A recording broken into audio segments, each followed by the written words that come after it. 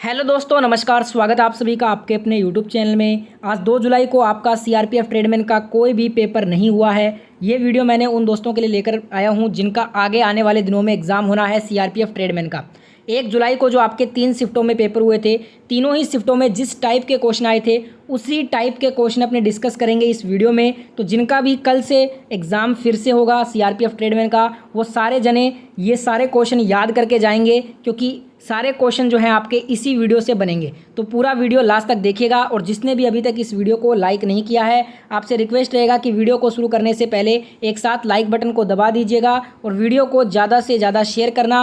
और चैनल को अभी तक सब्सक्राइब नहीं कर रखा है तो सब्सक्राइब करके बेल आइकन ऑन कर लीजिए सीआरपीएफ ट्रेडमैन की रोजाना वीडियो देखने के लिए। तो चलिए फर्स्ट क्वेश्चन शुरू करते हैं। द्रोणाचार्य पुरस्कार किस वर्ष प्रारंभ किया गया? दोस्तों, द्रोणाचार्य जो पुरस्कार है ये खेल में उत्कृष्टता में कोच को दिया जाता है। जो खेल में जो कोच होते हैं, कोच को दिया जाने वाला पुरस्कार है द्रोणाचार्य पुरस्कार। और इसकी शुरुआत हुई थी 1985 में। ऑप्शन यहाँ पे बी आपका आंसर राइट होगा। साथ साथ में आपको आंसर कमेंट करना है।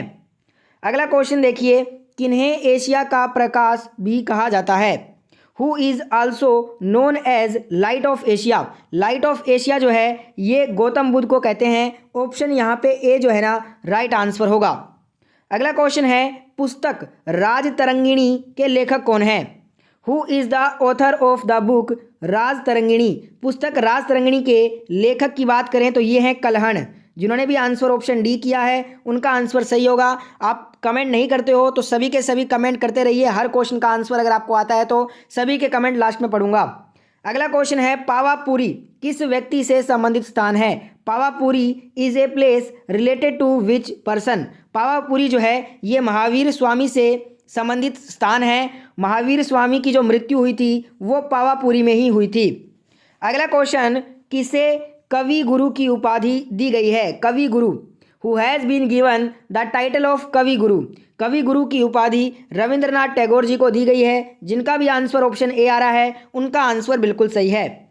अगला क्वेश्चन है, पंडवानी किस राज्य का प्रमुख लोक नृत्य है? Pandavani is the main folk dance of which state? बात करें हैं पंडवानी की तो ये आपका छत्तीसगढ़ जो राज्य है ना, छत्तीसगढ़ राज्य का ये प्रमुख लोक नृत्य है। जिनका भी आंसर ऑप्शन सी आया है उनका आंसर यहाँ पे बिल्कुल राइट होगा। नेक्स्ट क्वेश्चन, केंद्रीय चावल अनुसंधान संस्थान ये कहाँ पे है? Central rice research institute is located at Cuttack. अगर आप आंसर कटक कर रहे हो कमेंट में तो आपका आंसर सही होगा। आपको कमेंट बॉक्स में एक और चीज़ बताना है कि सेंट्रल पोटैटो रिसर्च इंस्टीट्यूट जो केंद्रीय आलू अनुसंधान संस्थान है ना, ये कहाँ पे स्थित है? ये जिनको भी मालूम है कमेंट करके बताइए। अगला क्वेश्चन, भारतीय तिब्बत सीमा पुलिस का मुख्यालय कहाँ पे है? Where is the headquarters of Indo Tibetan border police located? यहाँ पे बात हो रही है आईटीबीपी की। आईटीबीपी का जो हेडक्वार्टर है वो आपसे पूछा जा रहा है तो ये न्यू दिल्ली, नई दिल्ली में स्थित है। ऑप्शन ए आपका राइट आंसर हो जाएगा। बढ़ते हैं अगले क्वेश्चन की तरफ। अगला क्वेश्चन, प्रथम गोलमेज सम्मेलन कहाँ आयोजित किया गया? देखिए, where was the first round table conference held? जो प्रथम गोलमेज सम्मेलन है ये 1930 में हुआ था और ये आयोजित हुआ था लंदन में। ऑप्शन ए राइट आंसर होगा। टोटल 3 गोलमेज सम्मेलन थे, 1930, फिर है 31 और फिर 32। ये जो तीनों ही है ना, ये तीनों के तीनों लंदन में आयोजित किए गए थे, ये याद रखिएगा। अगला क्वेश्चन, 2.5 दिन के झोपड़े का निर्माण किसने करवाया था? अब ये क्वेश्चन तो सबका सही होना चाहिए। हु बिल्ड द 2.5 डे हट?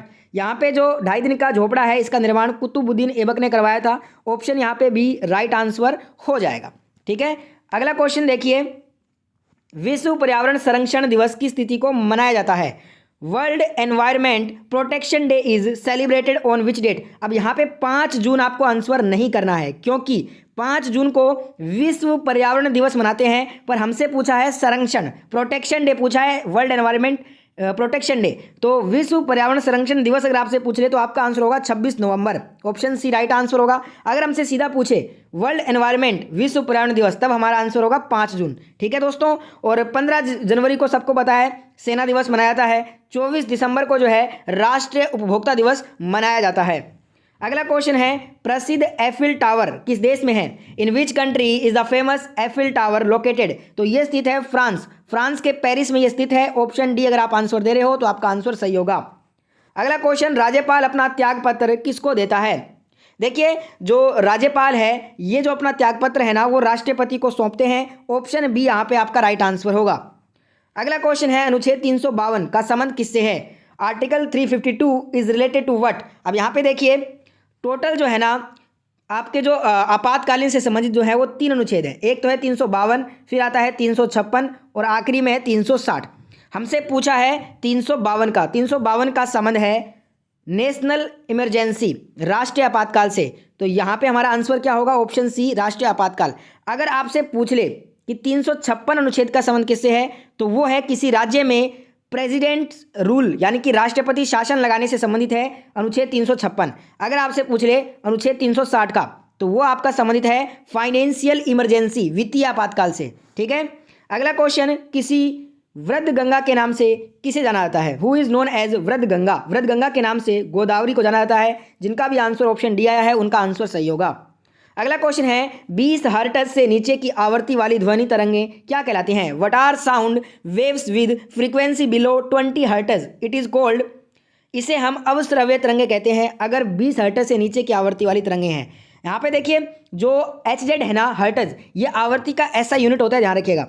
ऑप्शन सी इसका राइट आंसर है। अगला क्वेश्चन है, समुद्री जल का पीएच मान कितना होता है? What is the pH value of sea water? Sea water का हमसे पीएच वैल्यू पूछा है तो 8.4, 8.4 जो है समुद्र जल का पीएच मान होता है। अगला क्वेश्चन, कौन सा विटामिन जल में घुलनशील होता है? Which vitamin is soluble in water? देखिए वाटर में जो आपके 2 विटामिन होते हैं ना वो घुलनशील होते हैं, विटामिन बी और विटामिन सी। यहाँ पे ऑप्शन में बी तो है नहीं पर सी है, तो हमारा आंसर हो जाएगा विटामिन सी। पर अब यहाँ से आपसे एक और क्वेश्चन बनता है कि कौन से विटामिन वसा में घुलनशील होते हैं? जल में तो 2 होते हैं, विटामिन बी और सी। वसा में पूछ ले तो वसा में टोटल 4 विटामिन घुलनशील होते हैं। कौन कौन से होते हैं? विटामिन के, विटामिन ई, विटामिन डी और एक होता है विटामिन ए। ये 4 विटामिन वसा में घुलनशील है, ये भी याद रखिएगा। अगला क्वेश्चन, हाइड्रोजन के समस्थानिक की संख्या कितनी होती है? What is the number of isotopes of hydrogen? Hydrogen में जो आइसोटोप्स का नंबर होता है वो 3 होता है, 3। ऑप्शन सी आपका करेक्ट आंसर है। अगला क्वेश्चन, द्रव्यमान का SI मात्रक क्या है? What is the SI unit of mass? SI unit of mass is cold kilogram. Kilogram जो है ना ये द्रव्यमान का SI जो है वो यूनिट है। ठीक है। अगला क्वेश्चन देखिए, क्षेत्रफल किस प्रकार की राशि है? What type of quantity is area? जो एरिया है ना वो एक सेकुलर क्वांटिटी है जिसे हम अदिश राशि भी बोलते हैं। ऑप्शन यहाँ पे बी आपका बिल्कुल राइट आंसर हो जाएगा। बढ़ते हैं अगले क्वेश्चन की तरफ। अगला क्वेश्चन है, ऑस्टियोलॉजी में किसका अध्ययन किया जाता है? What is studied in osteology? Osteology में हम बोन यानी कि अस्थियों का अध्ययन करते हैं। ऑप्शन यहाँ पे डी हमारा राइट आंसर होगा।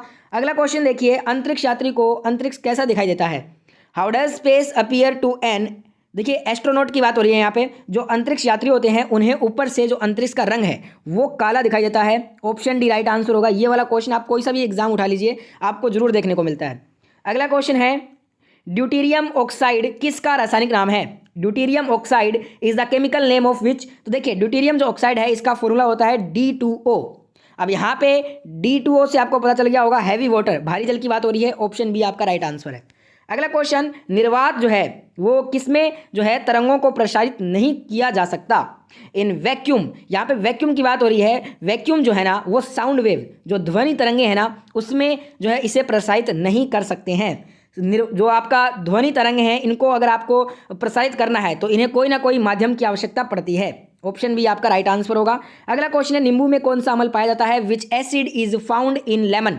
लेमन में जो एसिड फाउंड होता है उसे हम सिट्रिक एसिड बोलेंगे। Option D is the right answer. बढ़ते हैं अगले क्वेश्चन की तरफ। अगला क्वेश्चन आपके स्क्रीन पे देखिए, बताइए क्या इसका आंसर है? तत्वों की आवर्त सारणी का जनक कौन है? Who is the father of the periodic table of elements? यहाँ पे बात हो रही है तत्वों के आवर्त सारणी के जनक की, तो ये है मेंडलीफ। ऑप्शन यहाँ पे ए आपका राइट आंसर होगा।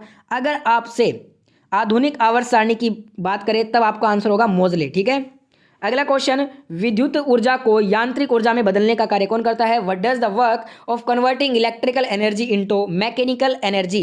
ये जो कार्य है वो एक इलेक्ट्रिक मोटर करती है। ऑप्शन यहाँ पे आपका बी बिल्कुल करेक्ट होगा। अगर इसकी अपोजिट हम बात करें यानी कि यांत्रिक को अगर हमें इलेक्ट्रिक में चेंज करना है, विद्युत में चेंज करना है, तब ये कार्य कौन करेगा? जनरेटर करेगा, विद्युत जनित्र। अगला क्वेश्चन है, विद्युत बल्ब में कौन सी अक्रिय गैस प्रयुक्त होती है? अक्रिय की बात हुई है। देखिए which inert gas is used in electric bulb, तो इसमें हम ऑर्गन गैस का यूज़ करते हैं, ऑप्शन बी राइट आंसर होगा। और जो आपका विद्युत बल्ब का फिलामेंट बना होता है वो टंगस्टन धातु का बना होता है, ये भी पता होना चाहिए। अगला क्वेश्चन है, कौन सा रोग मच्छरों के द्वारा नहीं फैलता? देखिए, which disease is not spread by mosquitoes. यहाँ पे जो मच्छरों के द्वारा नहीं फैलने वाला रोग है वो टाइफाइड है, क्योंकि टाइफाइड जो है वो बैक्टीरिया जीवाणु से फैलने वाला रोग होता है। ऑप्शन डी आपका करेक्ट आंसर होगा। और आज का होमवर्क भी ले लीजिए, ये होमवर्क क्वेश्चन है, इसका आंसर सभी को कमेंट बॉक्स में करना है। मांडी किस राज्य का प्रसिद्ध लोक नृत्य है? Mandi is the famous folk dance of which state? जिनको भी इसका आंसर मालूम है कमेंट करके बताइए।